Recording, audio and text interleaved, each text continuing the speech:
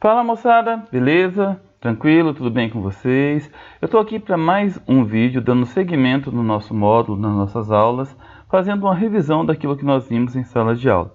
Esse vídeo ele é bastante completo, próximo do módulo 15 que nós vimos em sala de aula. Então prestem bastante atenção, porque ele vai cair na nossa prova, tá? Bom, apesar dos territórios americanos já estarem ocupados por povos nativos, a chegada dos europeus ao Novo Mundo desencadeou uma série de deslocamentos populacionais para a consolidação da sua colonização. Então, tendo como lógica esse princípio migratório, que se iniciou aí por volta de 1500, na verdade, o Brasil ele não tem como ser entendido sem a ocupação dos europeus e também dos povos indígenas. Então nós vamos analisar os períodos migratórios do Brasil. O primeiro de 1500 a 1808, ou seja, do início da colonização do Brasil pelos portugueses até a chegada da família real portuguesa.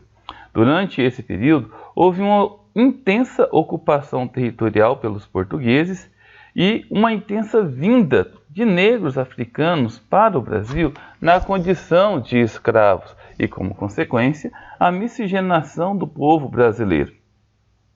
De 1808, que foi a chegada da família real portuguesa, e como consequência a abertura dos portos, a inauguração do Porto de Santos e também a intensificação do comércio com a Europa, né, até 1930, a Era Vargas, a ditadura militar, né, do período, né, o golpe militar de 29, né, o início da Era Vargas, o início do período industrial brasileiro, o estímulo ao comércio. Então, durante esse período, de 1808 a 1930, teve uma intensa entrada de imigrantes europeus, com destaque para os italianos e os alemães. E aqui eu vou dar um destaque, pessoal, para para o período aí de 1850, onde duas grandes leis foram aprovadas. A Lei Eusébio de Queiroz, que proibia a entrada de negros escravos, né? E a Lei de Terras. Até então não havia terras no Brasil, não havia fazenda no Brasil, né? Então as sesmarias pertenciam a quem? A coroa, ao império. Então havia os donatários, que eram aquelas famílias que eram amigas dos reis, que poderiam trabalhar a terra e arrecadar recursos para o rei, arrecadar recursos para a coroa. Então essas terras foram vendidas para quem tinha dinheiro para comprar e o dinheiro foi utilizado para financiar a vinda de imigrantes europeus que iriam aí, né, ocupar a mão de obra que seriam dos escravos. Outra data importante desse período, né, foi o ano de 1888, que foi a Lei Áurea, né, a abolição dos escravos, fazendo com que eles saíssem do meio rural, viessem para o meio urbano, né, e aderissem aí uma semi-escravidão, ocupando posições subalternas, regiões mais afastadas e assim por diante, né? Então, pessoal, tendo em vista tudo isso, o Brasil ele não pode ser entendido, ele não tem como ser entendido sem levar em consideração o contexto da miscigenação, ou seja, essa mistura dos brancos europeus, no primeiro momento os portugueses, e depois outros europeus, italianos, alemães, polacos, holandeses, né? Vieram outros povos também, a partir do século XIX, né? Da Ásia, né? Da Arábia, da Turquia, do Japão. Os ameríndios, né? Os nativos da terra, que nós conhecemos como indígenas, os negros africanos de diferentes regiões da África. Então toda essa miscigenação foi determinante para essa galera que vocês estão vendo aí nas imagens, né? Para o povo brasileiro, para toda essa mistura, né? Então hoje nós temos aí uma população bastante diversificada que é fruto dessa miscigenação. Bom, pessoal, a partir de agora nós vamos entrar na segunda parte da nossa aula, que é os períodos migratórios internos no Brasil. Vamos começar com o ciclo da borracha.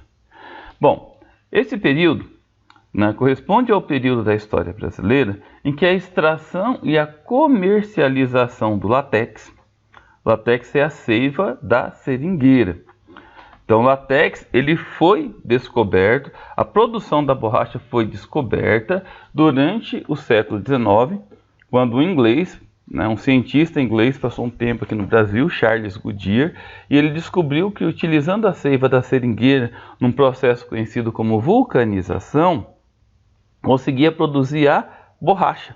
Então, durante esse período, a produção da borracha foi uma atividade basilar da economia brasileira.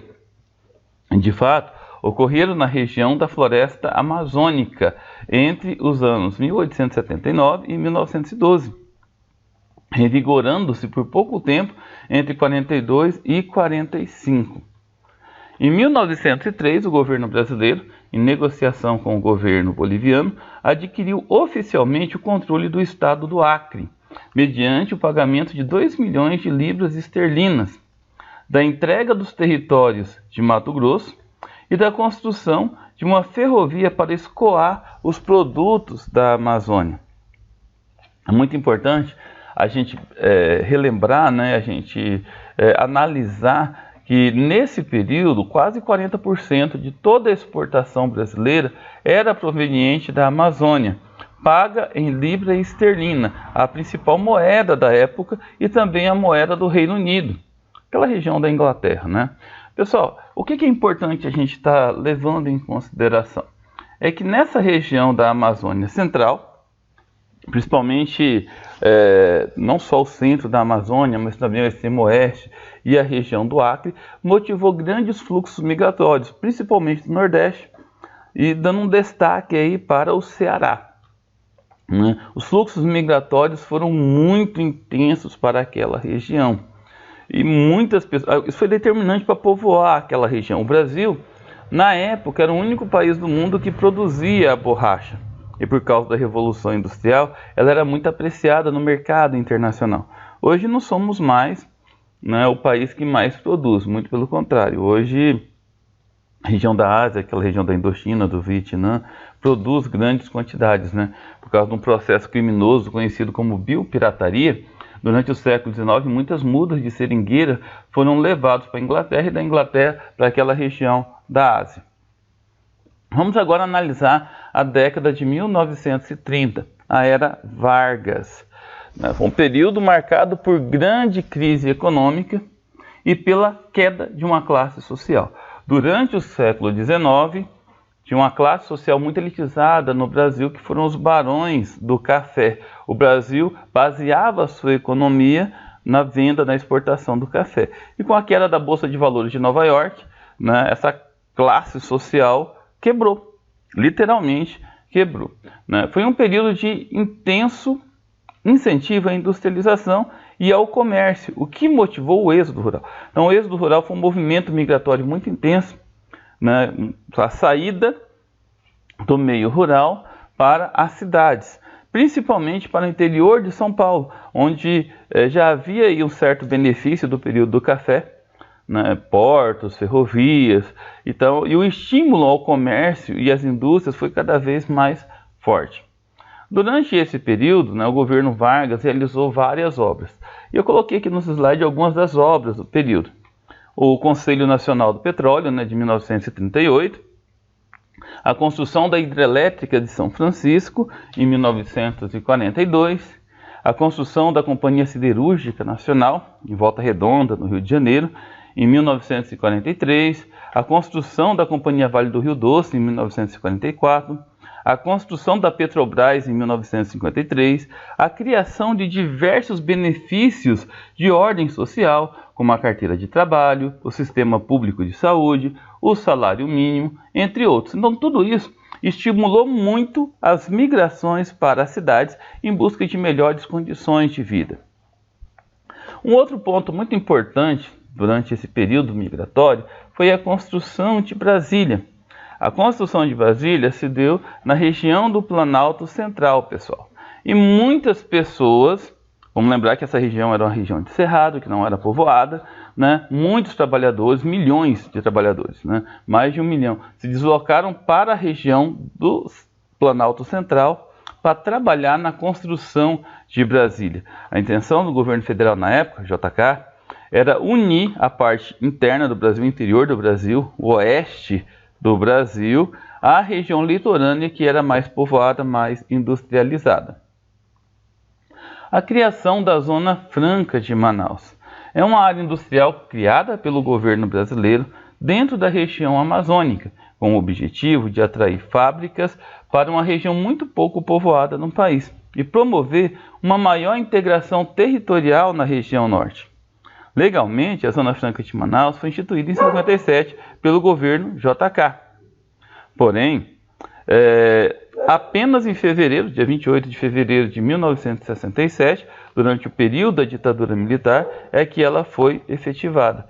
Com a criação da Zona Franca de Manaus, cerca de 500 indústrias foram instaladas na região central da Amazônia, promovendo um fluxo migratório muito intenso e a criação de quase 3 milhões de postos de trabalho. O estímulo à entrada de transnacionais, de multinacionais, foi iniciada pelo governo JK e mantido durante o período militar.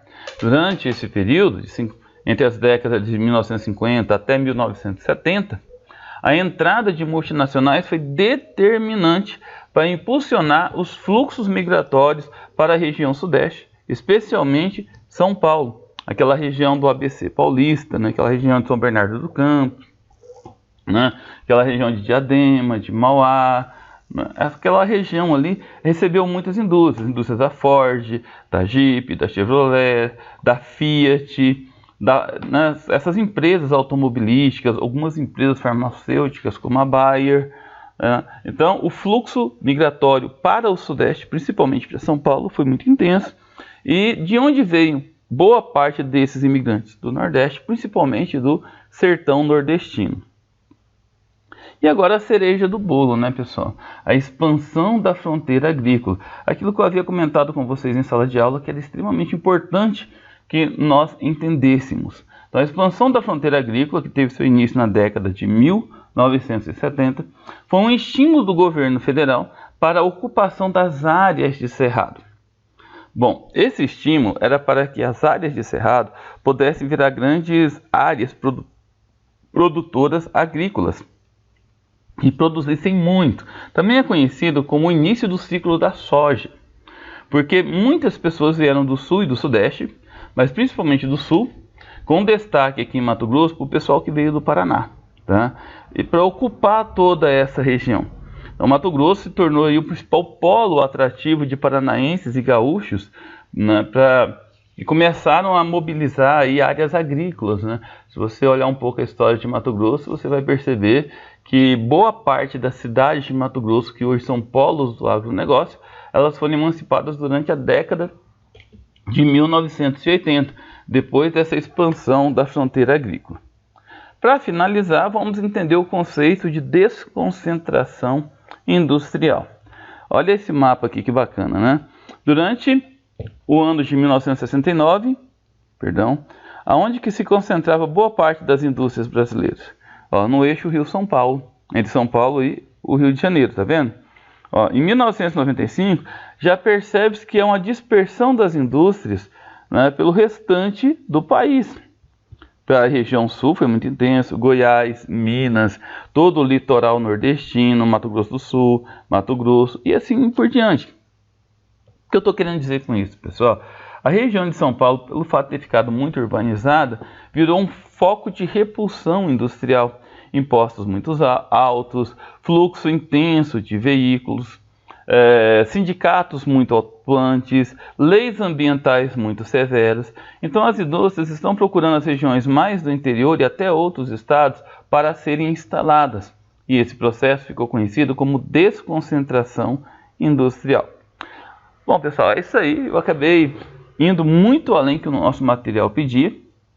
Acabei colocando bastante dados, muitas informações que ainda não tem no nosso material, mas ficou uma aula bem bacana, muito rica em informação. Não esqueçam de fazer o máximo de anotações que vocês conseguirem, de colocar o máximo que vocês conseguirem nos resumos, tá bom? Bom, é isso aí, fiquem com Deus e até a próxima.